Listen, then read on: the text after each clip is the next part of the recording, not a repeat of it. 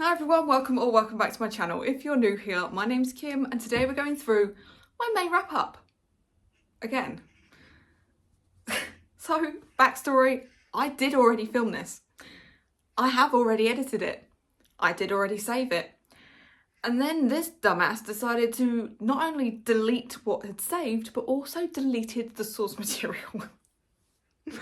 Which is why you're now getting a May wrap up in July. Excuse the crows, if you can hear them, I'm sorry. Being very vocal around here lately.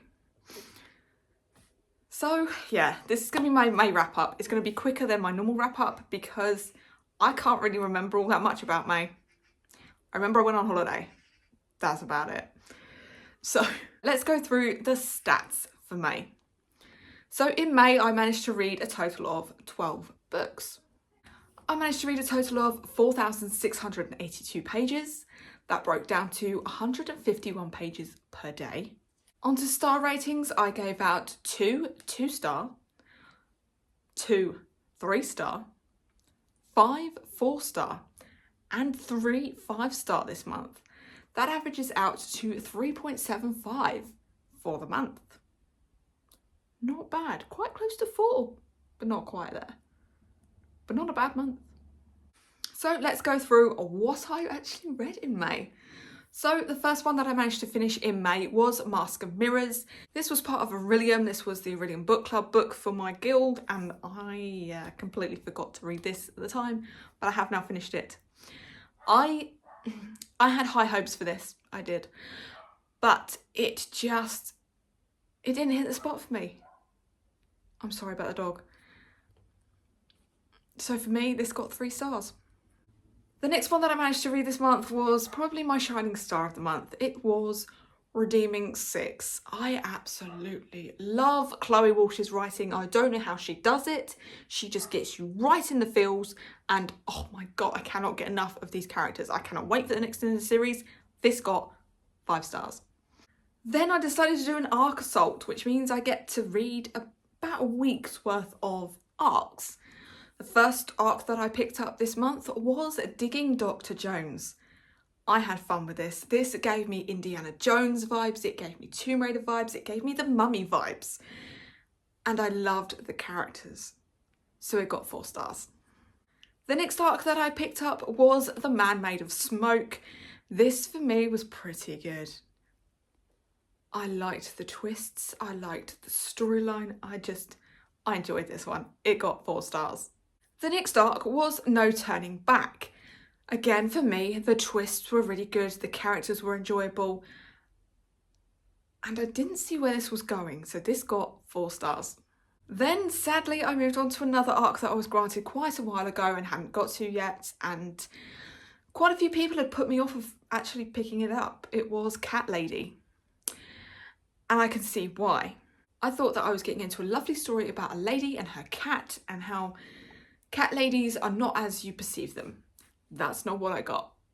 That's not what I got at all. This actually did not show cat ladies in a good light. So for me, this only got 2 stars.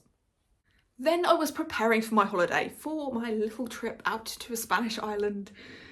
Sun, sea, just relaxing. I had to pick up Powerful before I left. This is a little novella, and I'm glad I did. These characters were so likeable and enjoyable. The only thing that I was kind of wrong with it was that it needed to be a little bit longer. So this got 4 stars. Then I actually went on my holiday, and I took a couple of physical books with me. The first being a Storygraph win, which was Extremophile.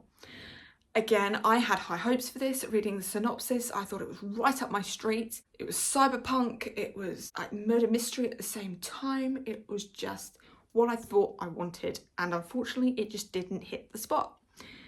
So it only got 3 stars. And then the reason I had to pick up Powerful before I went away was because while I was away I picked up Reckless. Oh my god, these characters. I fell in love with this story. I fell in love with the writing, the characters, I loved this. It got 5 stars. Then I returned from my holiday and I decided to pick up a sequel. Unfortunately, it didn't hit all that well. I picked up Sunbringer. I heard in this series this sequel was better. I don't think it was. I don't think it was. I think that this was kind of repetitive to Godkiller. I didn't have fun. It got 2 stars. And then for the catch-up book club, I picked up Ruin by John Gwynne, and oh my god, did it ruin me. There were a lot of battles, there were a lot of characters, but that last chapter and that last line had me sobbing in tears. It was a roller coaster of emotions, and oh my god, that ending, it got 5 stars. And then the final book that I picked up this month was If I Have to Be Haunted. I heard good things about this and I heard bad things about this, but I'm glad I picked this up. I liked our characters. I liked that it was slow burn. I liked that these 2 characters were just helping each other out. I loved this. It got 4 stars. And that is everything that I read in May. What do you think? Is there anything based on what I read and what I rated that you would recommend me? Let me know down below. But there you go. That is everything that I read in May. As always, down in my description box, you can find a link to all of my socials. Come give me a follow on Goodreads, on Instagram, on X, on Storygraph and TikTok. You can like this video, you can comment, and you can subscribe if you want to. Want to let me know you're here without actually talking to me? Leave me a wolf emoji for Ruin. If you know, you know. And I will see you next time. Toodles.